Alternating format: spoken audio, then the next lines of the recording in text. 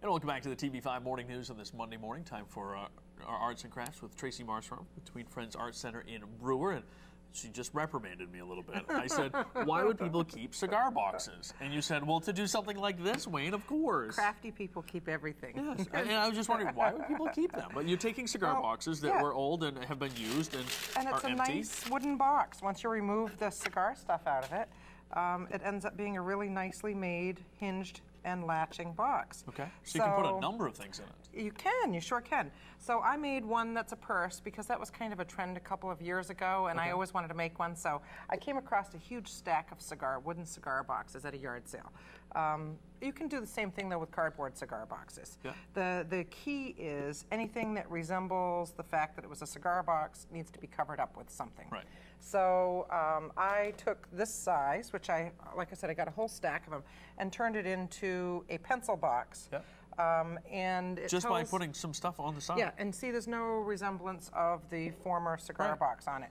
In this box, I actually found one piece of scrapbook paper out of a fairy tale book of scrapbook paper. Yeah. And cutting off the castle by setting the box down, making sure that you've got the right size according to the picture on the paper, or if it's a solid piece of paper, just lay that down over the piece that you want and trace around that with a pencil to make sure that you have the same size as your box.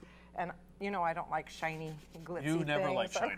I never have. That's one of the things you don't like. So I scratched it up a little bit with a piece of sandpaper first. Just use sandpaper? Just to make it a little bit more of an old-fashioned or dull look. I took a little off the edges. Yep. And then cut out the... Which just takes a second to do. Exactly. Yep, about 3 seconds actually. Okay.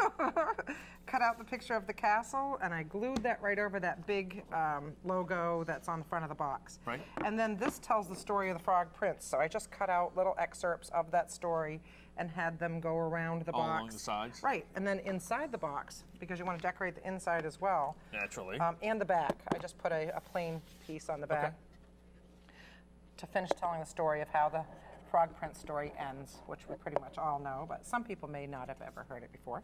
And then I use ribbon and cut up other scrapbook paper and trim, and then you've got a finished pencil box or something to keep photos in.